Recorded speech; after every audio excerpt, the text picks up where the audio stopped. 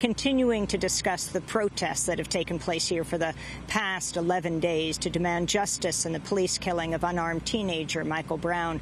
For more, we turn to Michael McBride, pastor of the Way Christian Center in Berkeley, California.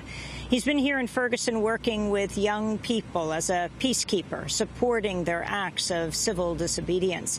He's also national director of the Lifelines for Healing Communities campaign, part of People Improving Community through organizing.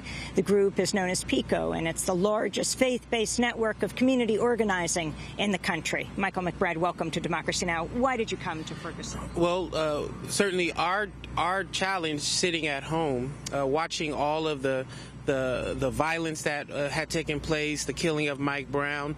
We were facing a number of calls from people here in the state of, or in the city of Ferguson, and clergy called us and they asked us to come, and we certainly responded, and we began to bring our staff in as early as Friday, and we were appalled by what we experienced and what we had seen, how the young people were being traumatized, fired all these tear gas canisters. They were collecting rubber bullets, showing us wounds in their bodies.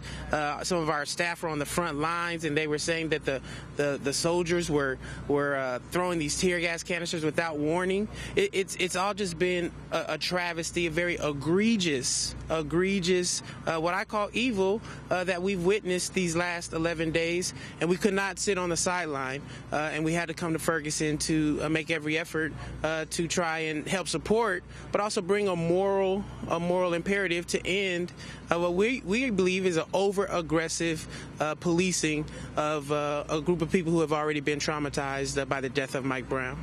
And talk more about young people. Well, the young people here have made every effort to do nonviolent protest and make every effort to stay within the bounds of their constitutional rights. We've been at many offices where the young people have sat down on the ground, have done nonviolent protests, have willfully brought folks forward to be arrested and to do their own crowd control. The Organization for Black Struggle, a number of different folks here, right here on the ground, doing their own self-policing and regulating to demonstrate their outrage, and they have not been met with goodwill. They've been met with brute force, and it is unacceptable if we're living in a democracy where we say we care about our children.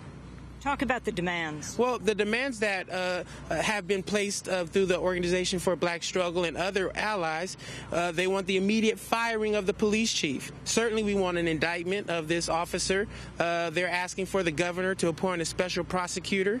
They're asking for the president and other folks to begin to investigate every unarmed killing of an American citizen by the federal government and not leave it to local jurisdictions, because local jurisdictions are proving that they are unable to do the work in an expedient manner.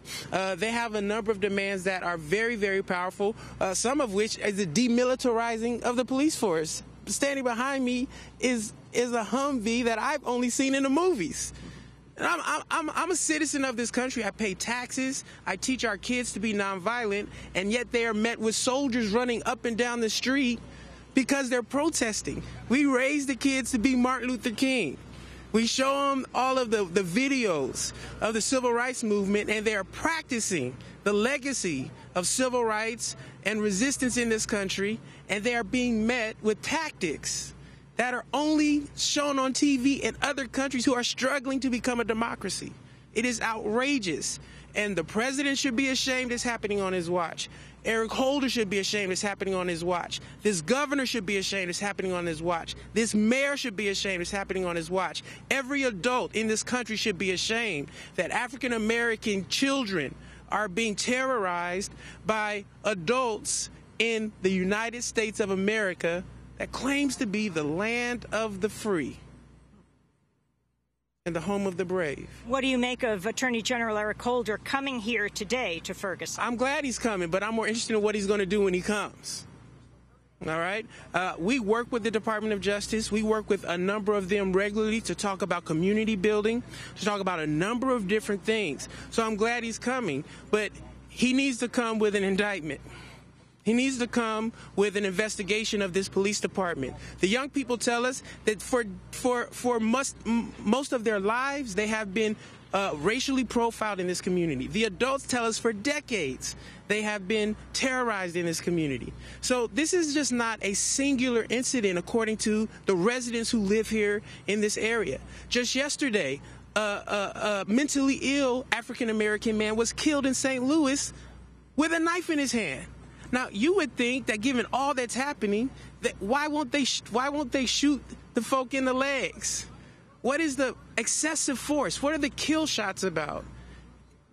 This is unreal. It is not acceptable in a civilized society. So we're modeling behavior for young people. And the references to, well, people are coming in from outside this city. They're killing their own people in the city. What are you talking about? People come from outside the city. They've killed 2 African-American men in the last week in this city. These are supposed to be professional, trained law enforcement. They are not acting professional. They take target practice. The weapons that they use only kill individuals if you hit them in the head. They have levels of engagement. They can use their hands. They can use their batons. They can use their tasers. A gun should be a last resort. If someone is running towards you, pop their kneecap. What is the face? Why are you aiming for the face?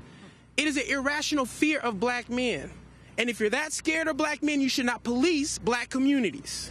God is going to judge us for what we're doing to our children. And I'm not going to sit on the sideline. The clergy are not going to sit on the sideline. The parents are not going to sit on the sideline. People wondering why folks are so outraged? Because we have children. What parent would not be outraged that their children are being killed by people who we pay with our tax dollars? Well, Michael McBride, I want to thank you for being with us. Sorry for being so animated. Don't apologize.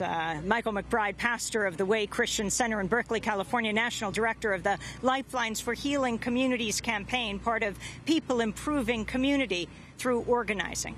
As we turn right now to a Missouri state senator. During the